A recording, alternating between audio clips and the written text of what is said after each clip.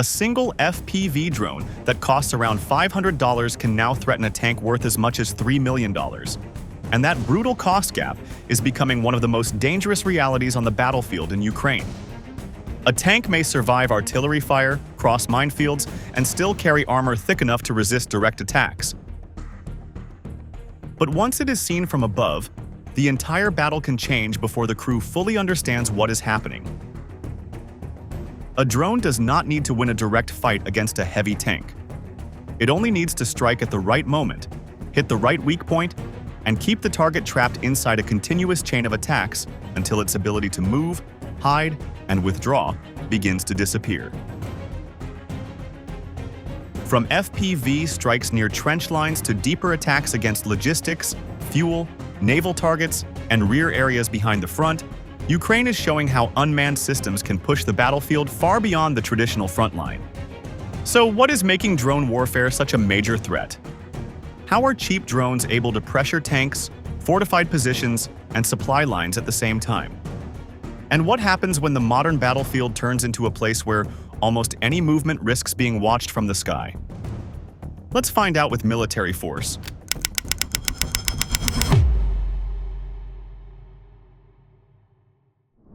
FPV drones have become one of Ukraine's most flexible weapons because they no longer serve only one narrow mission on the battlefield.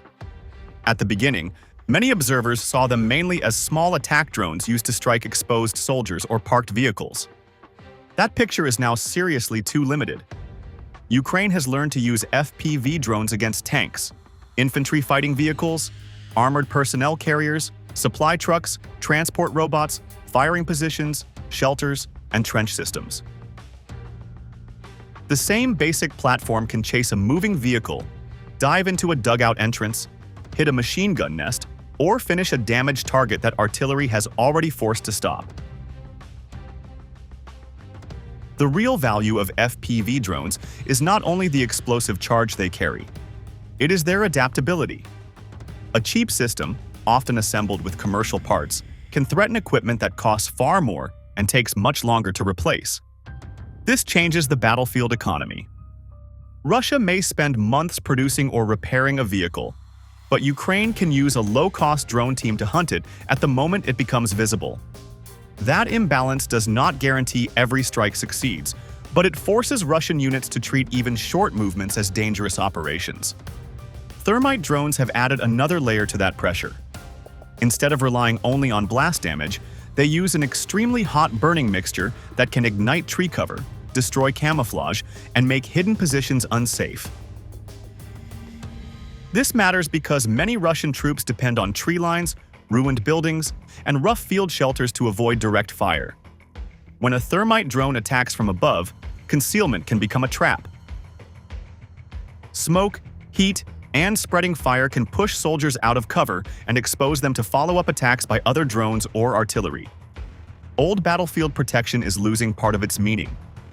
Trenches, basements, and damaged houses once reduced losses against shells and direct fire because they blocked horizontal attack routes. FPV drones change that geometry. They approach from above or through small openings that a soldier on the ground may not see in time. A position that looks strong from the front can still be weak from the air. For Ukrainian infantry, this shift also changes the human cost of fighting. Soldiers no longer need to approach every target with rifles, anti-tank weapons, or small assault teams. Drone operators can search, identify, and strike from a distance, while frontline troops remain under less direct exposure. That does not make the battlefield safe, but it moves part of the risk away from the soldier and onto the machine. But when FPV drones can threaten so many targets, armored vehicles become the clearest test of how one small strike can open a wider chain of destruction. Ukraine does not always need to destroy a Russian tank with the first hit. In many cases, the more important objective is to stop it from moving. A tank is built around mobility, firepower, and protection. But those three strengths only work together when the vehicle can keep changing position. Once an FPV drone damages the track, engine area, suspension, or steering system, the tank begins to lose the advantage that made it dangerous in the first place. This is why immobilization has become such a decisive tactical step. A moving tank is still hard to finish, especially when it is crossing rough ground, using smoke, or turning back toward cover. A stalled tank is different. It remains inside the area already watched by Ukrainian UAVs, and every second it stays there gives drone teams more time to study the angle, choose the next approach, and prepare another strike. The battlefield no longer treats the tank as a fast armored spearhead. It becomes a fixed target waiting under observation. After the vehicle is stopped, Ukraine can apply pressure in layers. FPV drones may attack again from above or from the rear. Bomber drones may drop explosives into open hatches, damage sections, or exposed engine decks. Artillery can be used if the target is important enough and if its position is confirmed. This follow-up process matters because a tank does not need to be killed instantly to be removed from the fight. If it cannot move, cannot be recovered, and cannot be safely repaired, it has already become a major loss. This method also weakens the traditional value of heavy armor. Russian tanks are designed to survive hits from the front, where the armor is thickest and where the crew expects direct fire. FPV drones change that problem. They do not have to challenge the strongest plate. They can search for weaker spaces, including the roof, rear section, engine cover, turret ring, or any hatch left open during confusion. The strike can come from an angle that older tank protection was never built to handle as the main threat. The result is a different kind of tank battle. It is not always a duel between armored vehicles. It is often a hunt conducted from the air, where the first drone only needs to break movement and the next systems finish the job. Even if the tank remains partly functional, the crew faces a shrinking set of choices. Staying inside may mean waiting for another drone. Escaping outside may expose them to artillery, small arms, or another FPV strike. Trying to repair the track under observation can bring more drones toward the same point. A disabled tank can still be dangerous. Its turret may rotate, its gun may fire, and its machine guns may threaten nearby infantry. But without movement, its survival window becomes much shorter. It cannot reposition to a better firing line.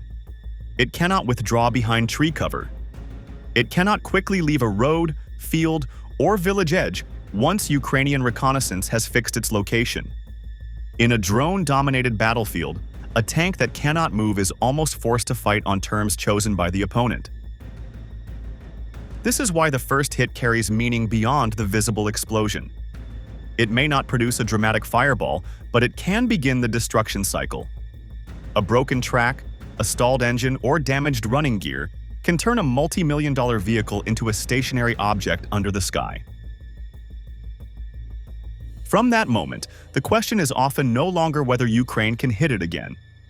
The question is how long the crew can survive before the next strike arrives. However, destroying tanks is only one part of the wider picture, because Ukraine is increasingly targeting the systems that keep Russian formations alive in the field. Logistics. Ukraine is increasingly treating Russian logistics as a battlefield priority because one precise strike can weaken more than one frontline unit. Ammunition trucks, fuel carriers, supply vehicles, storage points, and transport robots are not secondary targets when they keep assaults alive.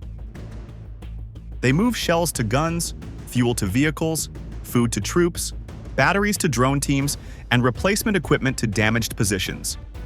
Once these links are broken, the effect can move through the line. This is why a strike on logistics can matter more than it first appears.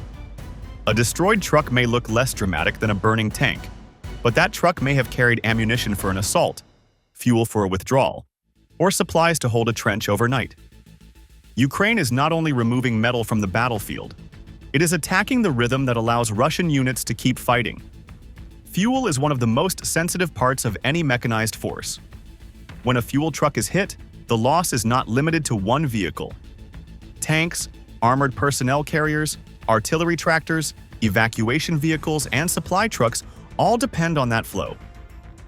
If fuel delivery slows, movement becomes more careful, recovery becomes harder, and commanders may delay an attack because needed vehicles cannot move with confidence. Ammunition targets can create an even sharper shock. A truck carrying shells or rockets may produce a secondary explosion if hit directly. A small storage point can burn through stocks that took time and risk to bring forward. Even when the blast is limited, the result can still be serious. Guns may fire less often, assault teams may receive fewer supporting rounds, and units may wait for another route to be organized. Russia has tried to use ground robots and small unmanned vehicles to move supplies into dangerous areas. The reason is clear. If a route is watched by drones and artillery, sending a machine can reduce the risk to soldiers. A robot can carry ammunition, water, batteries, or medical items across short exposed routes where a manned vehicle might be too valuable or too visible. But these unmanned systems are also becoming targets. When Ukrainian FPV teams hit a transport robot, the loss is not just the machine. The cargo may be destroyed, the delivery may fail, and the troops waiting at the front may receive nothing. The message is important. Russia may try to reduce human exposure by using unmanned logistics, but Ukraine can still attack the supply mission itself. When drones strike logistics, the purpose is not only to destroy one truck or one depot. The larger goal is to slow rotation, reduce ammunition flow, and shorten the staying power of Russian assault groups. A unit that receives fewer shells may attack with less support. A position that receives less water, medicine, or batteries may become harder to hold. A damaged supply route can force Russia to use longer paths, smaller loads, or riskier delivery windows. This creates pressure before the next attack even begins. Russian commanders may still order assaults, but those assaults become harder to sustain if fuel is limited, ammunition is uncertain, and evacuation routes are unsafe. Logistics is not the most visible part of the battle, yet it often decides how long a force can keep pressure on the enemy.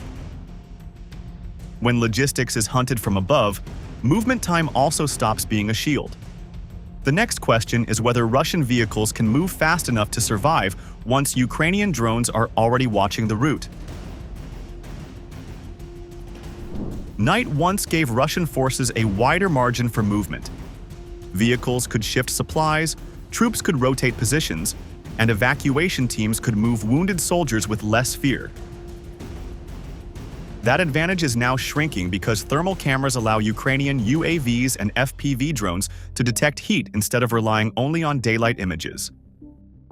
A warm engine, a running generator, a human body, or a recently used firing position can stand out against the colder background. This changes the meaning of darkness. It no longer hides movement in the same way, because the drone is not only looking for shape or color. It is reading heat, motion, and patterns that reveal where soldiers and vehicles are trying to stay unseen. For Russian units, this creates pressure during hours once used to reset the front. A night supply run can still be tracked. A small group leaving cover can still be detected. A damaged vehicle waiting for recovery can still appear as a visible heat source. The result is fewer safe hours for exposed troops and vehicles. Ukraine is also moving beyond the idea of using drones as separate tools. Reconnaissance, UAVs, FPV strike drones, bomber drones, UGVs, and USVs can now fit into the same combat logic, even when they operate in different spaces. One system finds the target, another follows it, a third delivers the strike. A fourth may move supplies, clear a dangerous path, or force the enemy to reveal a position. This layered method gives Ukraine more options than a single drone attack. A reconnaissance UAV can watch a road and identify movement. An FPV drone can strike the target when it reaches a vulnerable point. A bomber drone can return later and attack troops trying to repair damage or recover equipment. A UGV can reduce risk for Ukrainian soldiers on the ground, while other drones keep Russian positions under observation. The important change is not just the number of drones in the air. It is the division of labor. Each unmanned system has a role, and those roles can connect into one pressure cycle. When that cycle works, Russian units face more than one threat at a time. They may be watched from above, hit at close range, and pressured again before they fully reorganize. This wider drone logic is especially important near water, ports, vessels, or offshore platforms. In those environments, aerial FPV drones can watch decks, equipment, exposed personnel, and defensive positions, while unmanned surface vessels can approach from the water.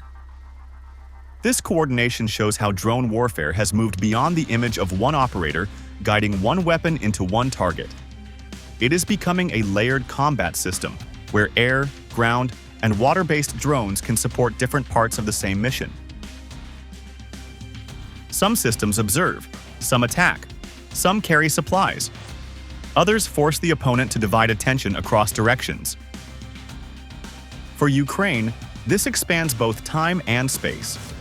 Night is no longer a natural pause, and water is no longer a separate battlefield. A target can be watched after dark, followed across a route, and attacked from more than one direction if the opportunity appears. But as Ukraine broadens unmanned systems, Russia is also forced to adapt if it wants to reduce losses today. Russia is adapting to Ukraine's drone pressure, but adaptation is not the same as control. Across the front, Russian forces have added cope cages, metal screens, anti-drone nets, camouflage covers, improvised jammers, and electronic warfare devices to vehicles and fixed positions. These measures show that Moscow understands the scale of the threat. FPV drones and reconnaissance UAVs have become common enough that every exposed vehicle now has to assume it may be watched before it is hit. These defenses can make the attack harder. A cage may force an FPV pilot to choose a different angle. A net may block a direct dive into a hatch. Camouflage may delay detection from above. A jammer may disrupt control links or force the drone to approach from a lower, riskier path. Russian countermeasures are not meaningless. They can reduce the chance of a perfect strike, especially against inexperienced drone crews or in areas where Ukraine has fewer drones available. But none of these measures creates a complete shield.